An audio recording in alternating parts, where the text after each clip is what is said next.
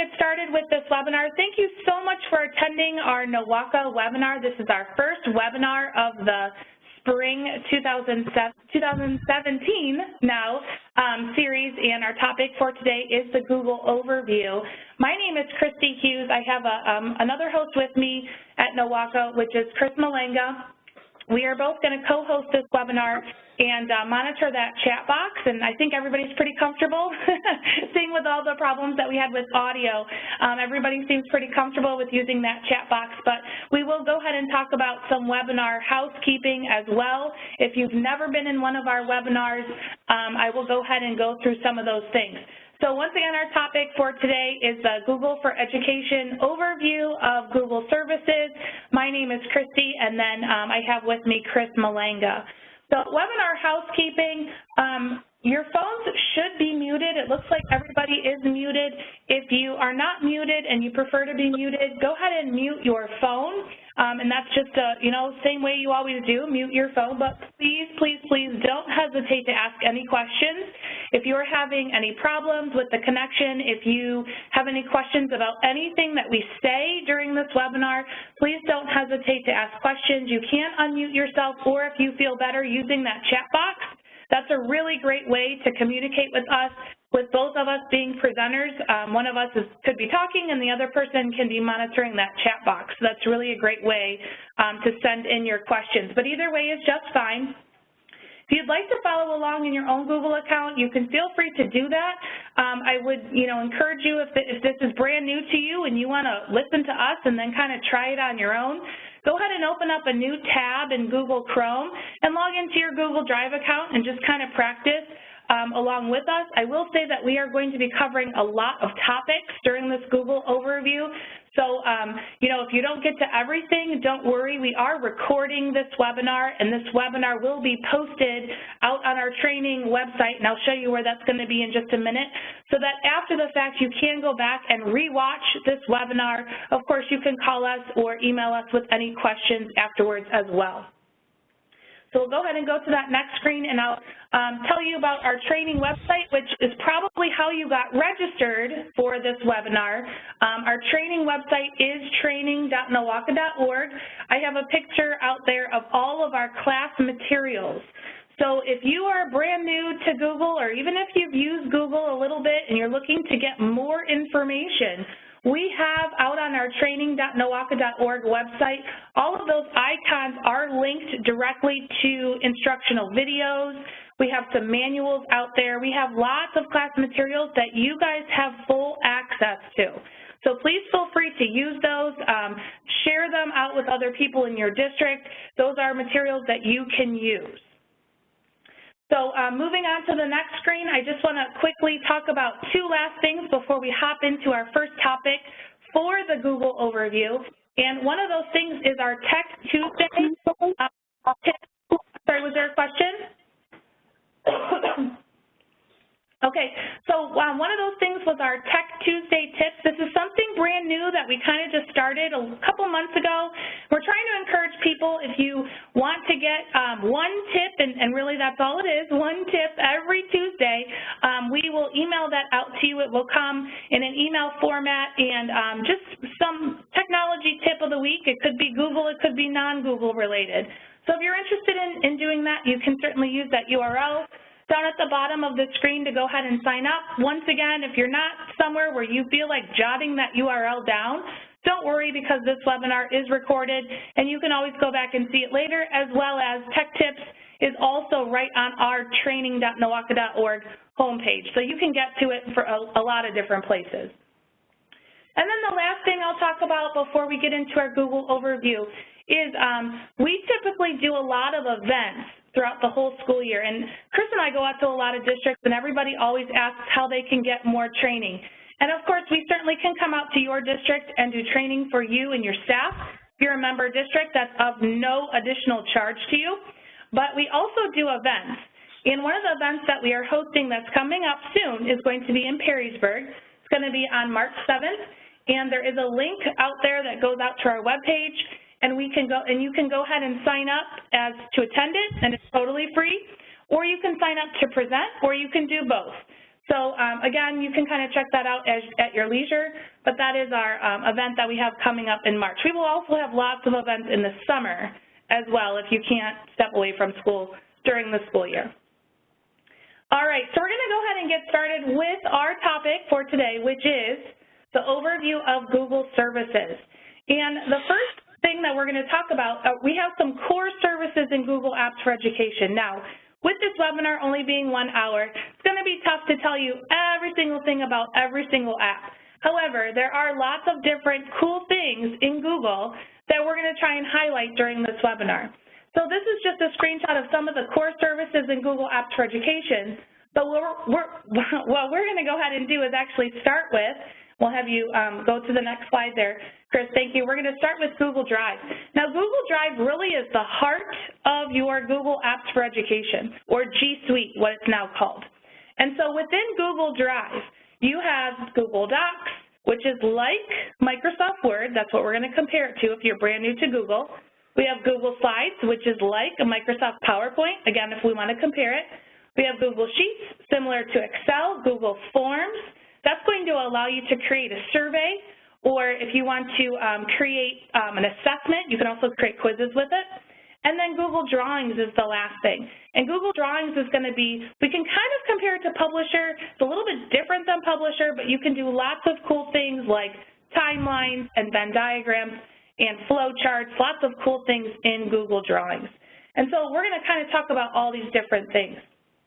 So Google Docs is going to be the first thing, or Google Docs, Google Drive is going to be the first thing that we talk about.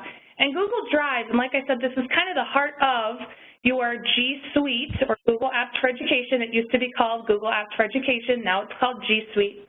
Google Drive has, if you have an educational account or domain through Google, you have unlimited storage. And I love that because a couple of years ago it used to limit you to 30 gigs, which was still a lot of space. But now for your educational account, you have unlimited space. So you can put anything school-related out in your Google Drive account.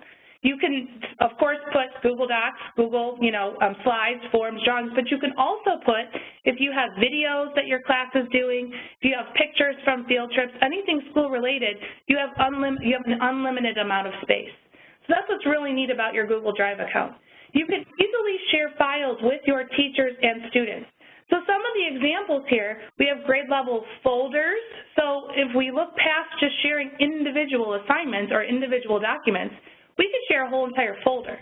So if I have a folder of a whole lot of documents or resources that I want to share with my staff or my students, I can go ahead and do that very easily. I can also do group project folders, so and SLOs, and then also lesson plans. So lots of cool things that we can do within our Google Drive. To sign into Google.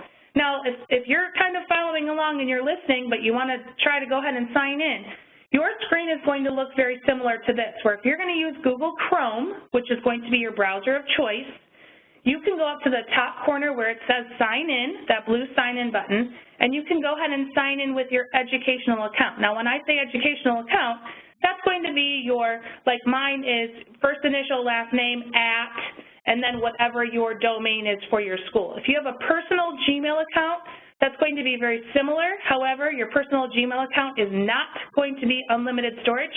That is just going to be for your educational domain. So you can feel free to go ahead and sign in.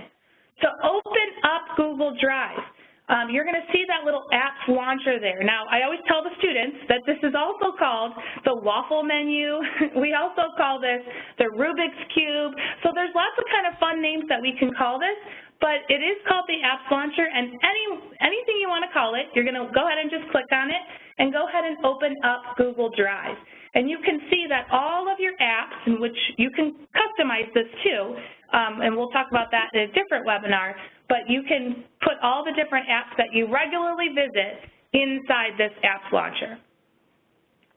So, and then the very first thing, of course, is Google Docs within Google Drive. So we're going to talk a little bit about Google Docs, and then Chris and I are going to go ahead and show you a live showcase about Google Docs. So the first question is, why should we use Google Docs? Well, it's a word processor. So at the very beginning of this webinar, I talked to you about, we're going to compare it to Microsoft Word. so you can go ahead and use it for your word processor. That second one, saving automatically, is huge for teachers and for students. So anything that you do, there's no button to even save it. It saves it automatically. So that's really nice. It allows for sharing and collaboration. So if we want to collaborate with other teachers or with other students, we can go ahead and use this to go ahead and do that. We can also add extras to customize it. So for instance, if you're looking to do a mail merge, that may not be in Google Docs by default, but you certainly can go and add it as an extra feature, and then you can do mail merge with Google Docs. Other things in Google Docs to kind of drill down a little bit deeper with this collaboration piece, you can have multiple collaborators on the same document at the same time. And for our live showcase, Chris and I are going to go ahead and show you that in a little bit. And Google saves all the changes.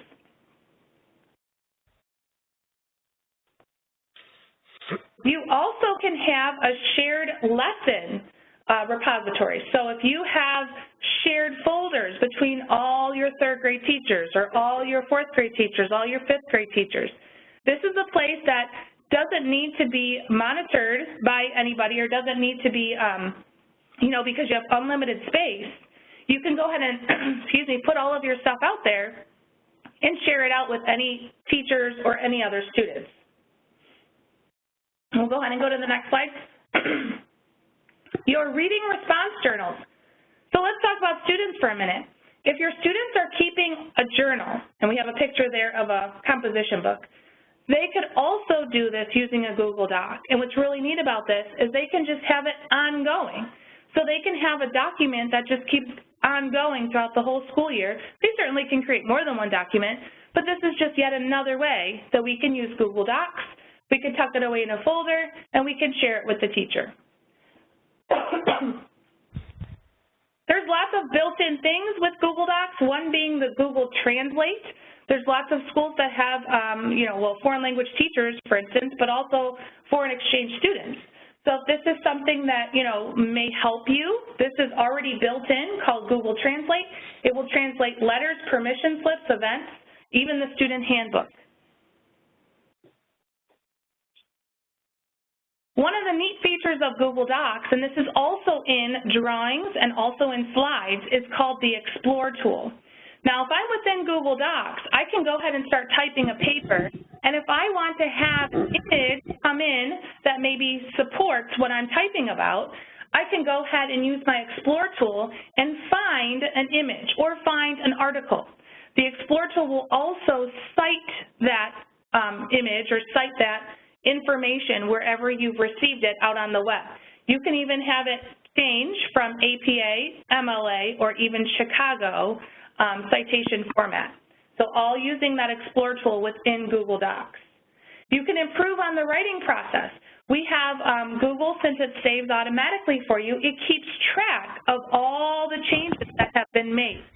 So I can see all the changes that have been made. If somebody made a change or didn't make a change, I will see when they made that change and what time. I can even see what change they made. So that is called the revision history. Grade level, staff meeting notes, great way. Google Docs is great for this. If you're taking notes, you can take notes, you can share it out with your staff. Everybody could take notes on the same document if they want to do it that way too. All right, so we're going to go ahead, Chris is going to pop out of this presentation. We're going to go ahead and do a live showcase of Google Docs. And I'm going to show you, if you've never used Google Docs before, both of us are actually inside of this document right now. And the very first line says, "Welcome to the Chris and Christy Show." So you can see Chris's cursor moving right there. And I'm going to put my cursor up here, and I'm just going to say, "Hi, Chris." So even though both of us are in different locations at this time, we can still access the same document, and we can still, and this is going to be hard for me to type and talk at the same time, but I am doing great. So here I am typing there. So this is what is so great about Google, is that sharing piece, both of us can collaborate on the same document at the same time, even though we're in two totally different locations. And I can see up in the top corner, Chris has a W up there. I'm logged in as Wilma Flintstone right now, so that W stands for Wilma, meaning that Wilma is inside of that document. On my document, it says an F for Fred Flintstone because that's what Chris is logged in as. And so even I can see who is inside of that document as I'm typing. All right, great. And if you guys have any questions, feel free to send those through the chat. We are monitoring that chat box, so feel free to send any questions that way. The next topic is Google Sheets. All right, Christy, can you hear me? We good? Yep, we're good. Okay. Talking about Google Sheets is basically your replacement for Microsoft Excel. It looks very similar to Excel. It performs all of the same functions that Excel does. It even does all the formulas that Excel does. And you can use Sheets to do different things, even if you're not a spreadsheet person. You can use Sheets to track student homework and share with parents. You can either share multiple spreadsheets or just share one and give each student an anonymous name or number, and you could send grades out that way. You can also use them for sign-up sheets. I love this feature because you can set up a parent-teacher conference sign-up sheet, and the parents can just go in and fill in the name when they want to meet with you. And the nice part about it is with that revision history that Christy mentioned earlier, it really makes sure that everyone is using the sheet to schedule fairly because you can track when all the changes happen. So if someone happens to erase another person's time slot and then take it for themselves, you can see that in the revision history to make sure that people are being honest with that. You can also use it for data collection for science experiments. You can use a Google form to collect data as students are doing an experiment, and then you can use the sheet to share that data, to analyze it, and even to do some graphing. It's got a great built-in charting function within Sheets. And so Sheets, again, is your replacement for Microsoft Excel, and you can tell that by looking at the icon. The color is green, just like the Excel icon. We move along, though, to Google Slides, and Google Slides is what we're using to actually run this presentation today, and it's your PowerPoint replacement, and again, you can tell because it's yellow and PowerPoint is yellow. The nice thing about Google Slides is it allows you to create amazing presentations, and it is just a great, simple tool to use. I've used PowerPoint, I've used Keynote from Apple, and by far, Slides is just the easiest way to do what we need to do. It takes a lot of the interface out of the way in order to make sure that you can just get your content created. It's also built for collaboration, so we can collaborate on a slide presentation together. Christy and I worked on this together from different locations. Christy's over in the Cleveland area. I'm sitting in our Archbold office right now, and we're able to collaborate together without having to send attachments back and forth. You can also access it with multiple devices. So all of these apps you can install on your phone or your iPad or your tablet and able to access it just as well. There's also great web publishing and sharing with Google Slides. So you can send out a presentation where the recipient can go through slide by slide, or you can even set up an automated slide so it looks like a little animation movie. And of course, Christy mentioned that research tool or explore tool that was in Google Docs. You can also use it here in Slides, and it makes finding graphics a breeze. You can basically search for an item in Slides, and it'll pull in a graphic or a picture, and that will be a picture that is licensed for reuse. So you know that you're pulling pictures in that are safe and you're not going to get in trouble for using them. Okay, Google Drawings, and this is a really one that's becoming very, very popular, especially with students, because there's lots of neat things that you can do with Google Drawings. Now, at the very beginning of this webinar, I mentioned that we can compare it to Microsoft Publisher, but really there's no comparison because Google Drawings does lots of cool things. So, for instance, we can create diagrams, and so you're going to see on this first slide that we can create the water cycle just by finding pictures or different items using our Explore tool and then moving them around and creating text boxes. So this is something that we certainly would not be easy to do it in a Google Doc, but we can do it in a Google Drawing and we can create different diagrams. So moving on to the next example, another one would be even a flow chart. So if you have students that are creating some kind of flow chart through a process just by using shapes and arrows and text boxes and then color coding them, you can do this with a Google Drawing. Of course, all those sharing features and all that revision history and all of the same things that we have been talking about with Google does go over to Google Drawings as well. So all of those tools are still available. So moving on to the next example, and this is a simple example, but an example that we use all the time, and this is a Venn diagram. So if you're thinking about using something for whole group instruction or small group, or maybe you have centers going on, this is something we just put in two shapes there, and now the students or the teachers are able to type inside those boxes to create, you know, to compare and contrast two different stories or three, you know, if you're going to do topic 1, topic 2, and then both, just by using a Venn diagram in Google Drawings. You know, when I first heard about Google Drawings, when I joined the team, I wasn't really sold on it, but when I've seen all the different things you can do in a visual manner where kids are visual learners, Google Drawings is really fast becoming something that seems that would be very useful in our classrooms. So I'm going to talk a little bit about Google Forms, which is the next piece in the Google puzzle. Google Forms is really cool because you can do it for a lot of different things. You can use it to do surveys. So find out what your students are interested in at the beginning of the year. There are different templates built into Google Forms, and you can change that template to make the form more exciting. You can also use the survey for parents. So instead of having parents return a form to you, a paper form to sign up for a field trip volunteer or a homeroom volunteer, you can do that right through Google Forms. You can also use it for OTAs, so to collect those observations, the principals that have to do the observations, you can use the forms right on your smartphone or tablet to do those observations, and that data automatically goes into a spreadsheet. So that's really the key here with Google Forms is the data collected goes into a spreadsheet and it's available for analysis. You can also use it for discipline referrals. So you can, anytime there's a problem with discipline, you can keep track of that across the school. And then with the spreadsheet, you can recognize patterns and share that with key stakeholders that need to be aware of it. Reading records is another great one. So instead of having a paper reading log, we can do it electronically. All they have to do is create a form. Again, it goes into a spreadsheet where you're able to track it, and Google Forms will even graph out some of the different answers and things to help you see what's going on. I mentioned this already, but you can collect volunteers for events. And the nice thing about Forms and all of the Google items actually is it can be used outside the district. So people do not have to have a Google account to fill out a Google form. So it's a great way of collecting data. Instead of sending out those papers that, I'm telling you, I have one of the messiest kids in the world, and sometimes all the papers don't make it home, but a Google form sent via email is going to be a great way to collect it and make sure that parents actually complete it. You can use it for administering assessments as well. The great thing about it is you can get a pre-assessment at the beginning of class, and you can use those results to help your instruction. Or at the end of class, you can use an exit ticket to see what they learned.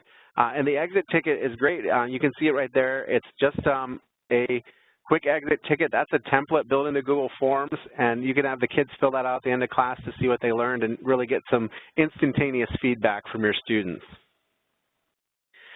Forms can also be graded. So what we can do is create our quiz and as a form, and then you put the answers in the answer key, and then when the form is completed, it will automatically grade it for you. If you so choose, it'll also send students their results, and students can right away, as soon as they answer the quiz, will be able to see the results on how they did. Google will automatically grade multiple choice, and also it will automatically grade multiple choice and short. It will not grade short answer. It has to be an objective question. So it's time now for a live demo of Google Forms. So while Chris is pulling that up, I'm just going to add, because someone was asking, there is an add-on called Flubaroo. Now, if you've never heard of that, that might sound like a funny name, but that's actually a script that used to need to be added on to a Google Sheet in order for a Google Form to do the automatic grading process. However, now, within the last few months, Google has changed, and all the grading automatically goes through a Google form. So you don't need to add on anything extra to go ahead and do that. That's all part of the Google form. And that's all just in the settings of the Google form, and you put in your answer key, and Chris had a nice screenshot there where you can go ahead and do all that. So there's no need to do anything extra. It's all just through your Google form. But it does have to be an objective question like Chris mentioned. So he has up here a form that is an assessment, and so this would be a quiz type of form. And he's scrolling through, and you can see some of the questions that are there. Of course, all of these questions, you can type them in. There's also what we call an add-on in Google Docs that if some teachers already have a quiz or a test already prepared in a Google document, there is an add-on where we can bring all of those questions and answers automatically over to a Google form so that they don't have to retype them. And that's an add-on in Google Docs. Another webinar that we have on our list, but that one is called Doc to Form, where you can automatically pull all that stuff so that you don't have to retype it. However, with this form, he went ahead and selected some of those answers there. And what you can do is if the answer key is already prepared ahead of time, then when the students submit that form, you can decide as the teacher how you want them to get their responses. If you want them to get their responses right away, if you want them to see the correct answers, if you don't want them to see the correct answers, there's a lot of data that you can choose how you want that disseminated, as well as how you want to see it. Google prepares graphs and charts for you of how those students have scored within the Responses tab, and it will show you the average score, it will show the median, it will show the range. And then this is a great tool, and I was a former teacher, so I'm looking at this data thinking, wow, this is such a great tool, looking at this and saying like, okay, my class really needs some reteaching maybe on question 4, or maybe, there was some confusion on the verbiage of question 6. So this is really great information that Google Forms gives you automatically just by typing in your questions and then having the students answer those questions. And then as we mentioned, those Google Forms actually go into a sheet, and we can go into that sheet right now and kind of see what it looks like. Here's the answer. All the form answers are time-stamped, so you can see when they come in, which is great for a quiz. You want to make sure it's taken during the right time. And all the answers are here, and then you could, of course, pull analysis and do all sorts of different things once it's into the spreadsheet. So Google Forms is just, I think that's my favorite out of all the apps. All right, so this next app that we're going to talk about is Google Classroom. And even if your district is not using Google Classroom, or maybe you're not using it, I'm sure that you've heard of Google Classroom.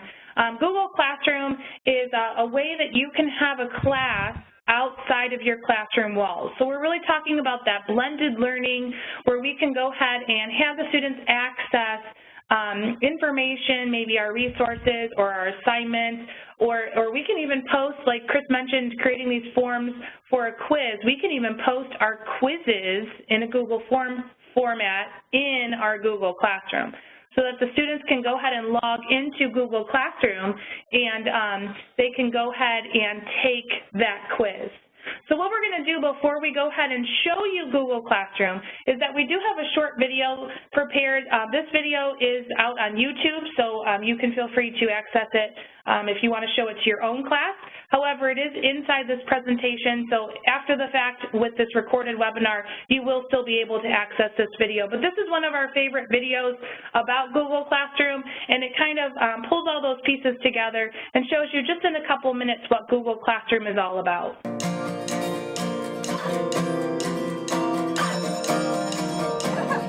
I consider myself lucky to be a teacher.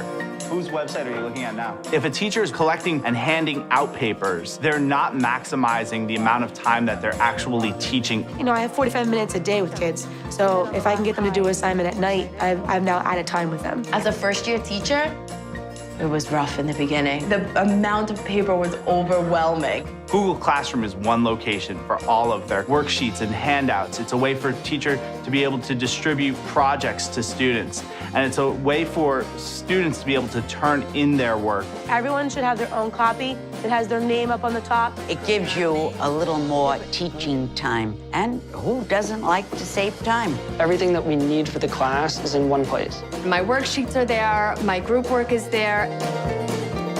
I submit it, and then it's done. I don't have to worry about losing it or forgetting to hand it in or spilling coffee on it in the morning. Classroom really helped to organize everything, and it showed me when it was submitted, what was submitted. You cannot stay in teaching and keep going to the old ways. With Google Classroom, I'm able to maximize time in the classroom to bring students to that next level. It definitely helped make me a much better teacher. You see faculty now that are rejuvenated. Teaching becomes new again. Very good, okay.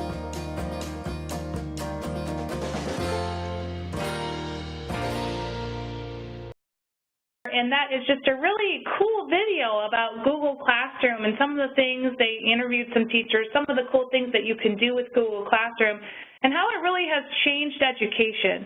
Because once again, if we kind of revisit that topic of blended learning, we're able to have our students access our files outside the classroom walls. And this really is, and Google Classroom is not just a website. It's really a place where we can have discussions, we can have lots of things going on. So the first thing that we're going to talk about is create paperless assignments for with Google Classroom.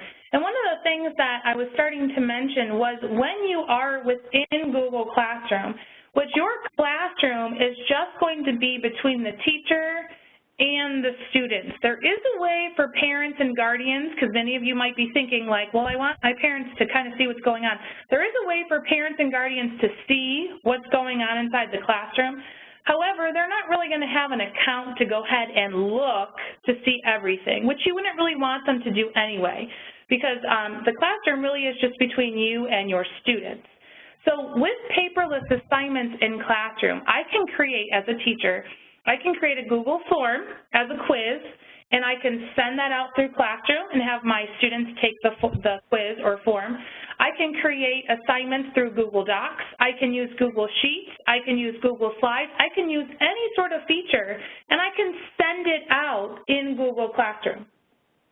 So using that, I can go ahead and give my students access to some of the files that, you know, like Chris said, don't have to be on paper. So I can create paperless assignments, and essentially what I'm doing with that is I'm allowing all of that to be saved digitally in my own Google Drive account.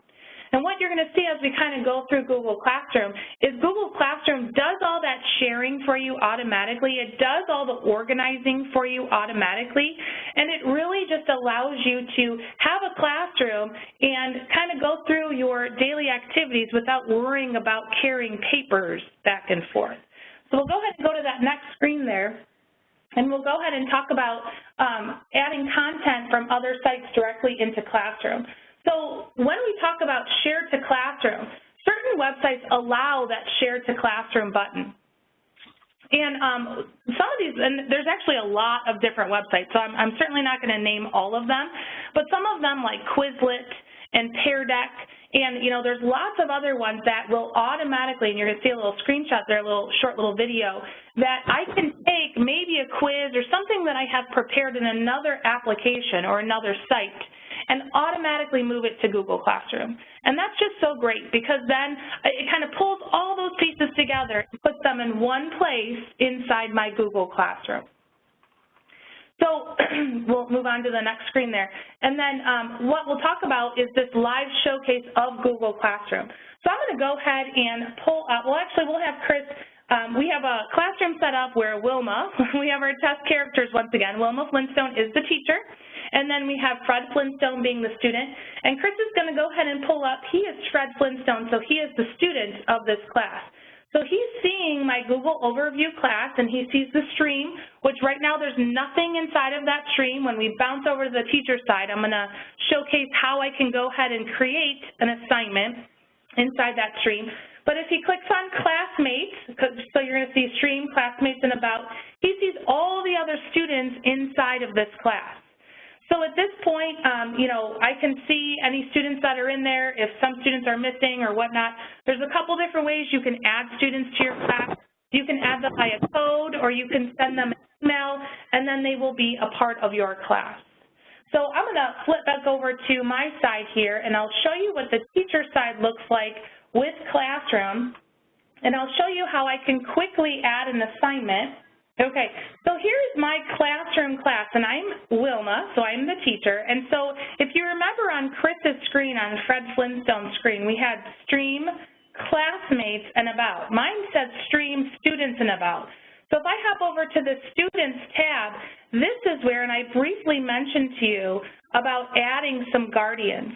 So this is where that whole guardian comes into play. So if I wanted to access or put some guardians into my class, I can go ahead and do that. For instance, Fred Flintstone right here. If I click on Invite Guardians, I can go ahead and email Fred's parents or Fred's guardian, and they can decide if they would like to receive emails daily or weekly about the things going on in my Google Classroom class. So this is allowing access to parents so they can go ahead and kind of see what's going on without actually logging in to Google Classroom or logging in as that student.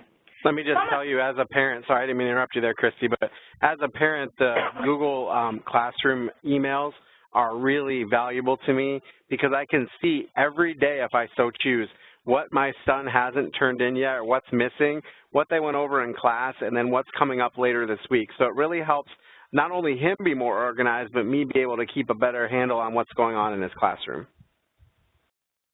Okay, thanks for that feedback, Chris. I'm going to go ahead and hop over to my stream, and if you are, once again, if you're following along and you're trying to kind of try these things out on your own and you're inside of Classroom, a couple different things. If I click on these three lines up in the top corner, we call this our hamburger menu. We're big food people. Remember how we had the waffle menu before, and now we have the hamburger menu. This is also, of course, called the Classroom main menu. This is what it does default to if you've never been inside of Classroom before. And by clicking on this plus sign right up here, this does allow you to join a class or create a class. However, I'm just going to quickly pop back into this overview class, and by using this plus sign in the corner, this is how I can go ahead and create those assignments. So if I'm going to create an assignment or question or create an announcement, I can go ahead and use all of those. What I love about this is that I can go ahead and put a title in for my class, put some instructions, give it a due date, and then I can attach files. I'm a big fan of attaching things from Google Drive because if I have something already created in my Google Drive, that's not adding any extra work for me. So I'm just going to click on Drive, I'm going to attach the file, and then I can go ahead and assign it. Now, one of the neat things about Google Classroom is if we attach some files or links or anything, I can even make a copy for each student. So that's allowing each student to have their own copy. Of course, we have a whole Classroom webinar already set up. If you're interested in this topic, feel free to register for that, where we will kind of dive deeper into all of these different things. But just to kind of scratch the surface with the things that are available in Classroom, when you're creating assignments, it's automatically putting those files that you're assigning to your class inside of those students' Google Drive account. So your students are getting all that stuff automatically, and then they're able to participate without having paper, without being confused, without really, losing anything per se. So lots of neat things within Google Classroom. Google Classroom is under that Apps Launcher. If you don't see it under your Apps Launcher, I'll go ahead and pop back over here. You do want to click on that More button down at the bottom, and then you can go ahead and find Classroom. You can also, up at the top, just type in classroom.google.com, and that will get you there as well. So the next piece is Google Sites. So it gives you the ability to create a classroom website. Now, where Google Classrooms are private, so they're only for the students in your domain and the teachers in your domain, Google Sites are public. And so you don't need a login to get in there, and it's just like an easy way to create a public website. You can also use it for e-portfolios. So sites, if they're turned on in your domain for students, students can actually create their own sites and showcase their work. It's a great way to manage student portfolios. You can also submit student projects through there, so they can do projects or create the reports using sites, and then they could send them to the Google Science Fair when they work on that. So it's another way of kind of showcasing student work. Now I'm going to hop in there. I'm sorry, Chris. I'm going to hop in there just for a second and just give you another example based on those student portfolios.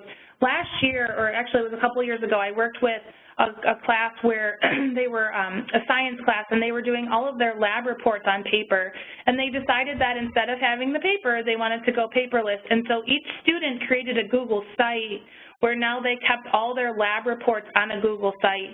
And just to kind of briefly talk about that whole sharing permission, because you may be thinking, okay, well, that's really cool, but I don't want those to be public. With those Google sites, you have the ability to decide, like, I want this site to be public, or no, I only want the site to be shared with the teacher, or I only want this site to be shared within my district. So you do have all those abilities to change that. Even though it is a Google site, it does not have to be completely public. One of the other things you could do is build a curriculum portal. So you could house lesson plans, resources, and other grade level resources and put it out there on a website for your teachers. The thing to know about Google Sites is Google's in the process of changing it over to a new version of Google Sites. And so I believe all the ones that we showed you here as screenshots are on the old sites. There is a new Google Sites coming out. It's actually live now. And we do have a webinar where Christy's going to go through kind of the changes in Google Sites. So make sure you sign up for that one if you're interested in Google Sites, because it is going to be a little bit different. Next, we want to talk about Google Calendar.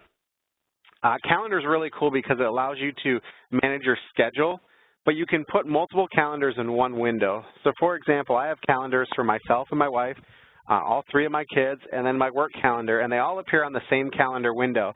And I can quickly look and see who's free or when we need to be somewhere, and it's just a great opportunity to see all the events in a nice format. You can look at it as a weekly view, a monthly view, the next 4 days, or an agenda, and it's just a great way to kind of keep track of your appointments.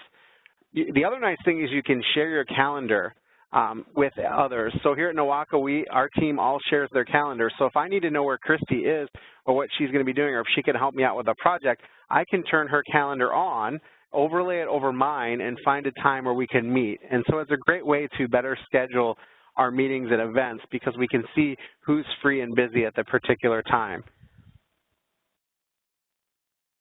We also can use shared resources.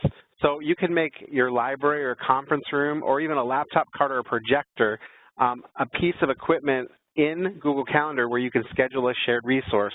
So for example, if you want a laptop cart and it's in there as a shared resource, all you have to do is invite the laptop cart to your meeting, and it will tell you in Google Calendar if the cart is available at that point in time. So it's a great way to reserve things. No more looking for a notebook where we have to see if somebody's got it reserved. We can quickly look at a calendar to do that.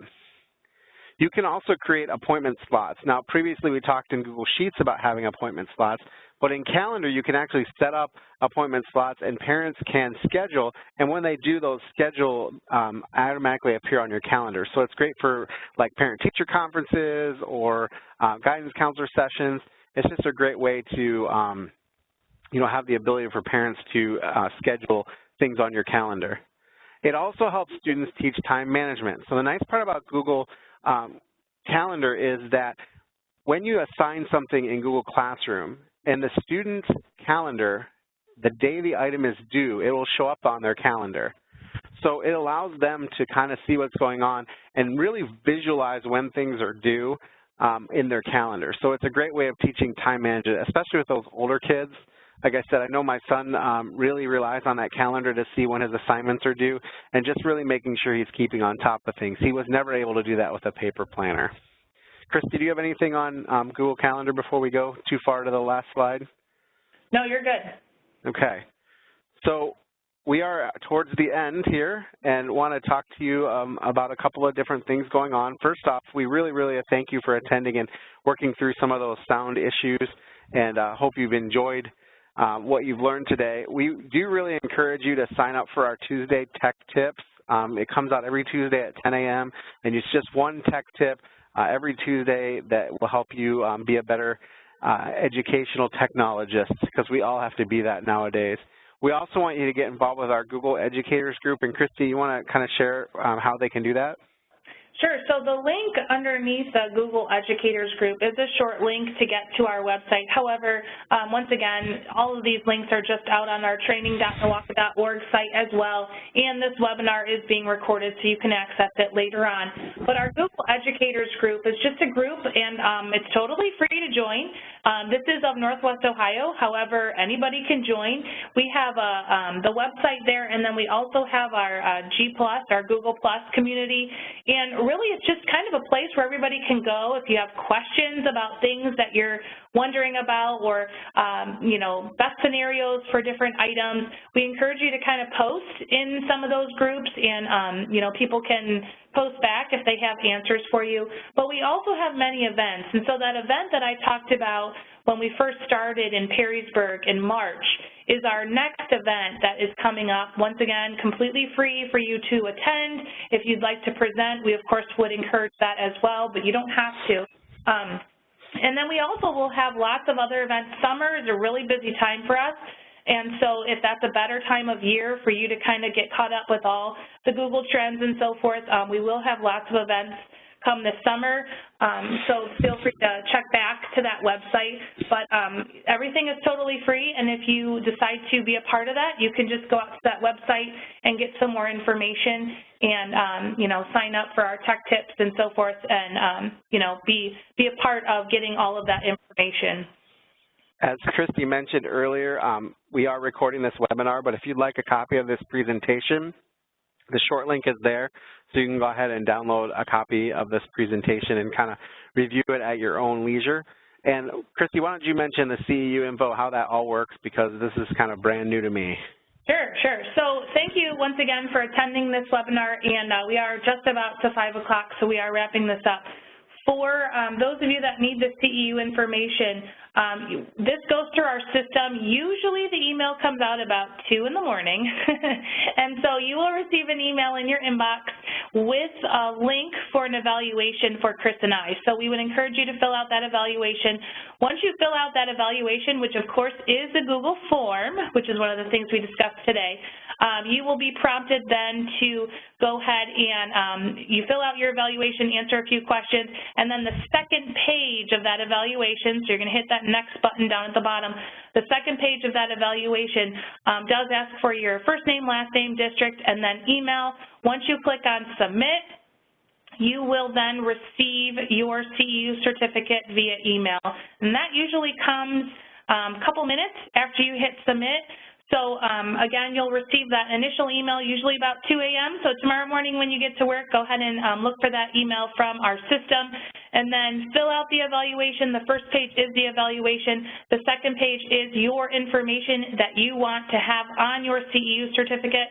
And then once you click on submit, that second email then will have your CEU certificate attached to it. So please let us know if you have any questions on that or any problems, but that is the system that we have, and you know, we want to thank you again for attending this webinar. I want to throw up our email addresses and phone numbers again, Christy. We can always be reached if you have questions regarding anything that we go over via phone or email. One of the great things about working at NWOCA is we're really customer focused, and so if you need help, we're 100% willing to help you. It doesn't end just with the ending of this webinar. Yep. All right, great. Well, thank you so much, everyone. Once again, if you guys, Chris just popped over to the screen that has links up there. This presentation should be out on our training.NWOCA.org website within the next day or so, so feel free to check back on that, as well as every webinar that we offer here at NWOCA is recorded and also is out on that training.NWOCA.org website. Feel free also to check out the upcoming webinars. We have one every week for 2017, so we'll hopefully see you back here for another webinar.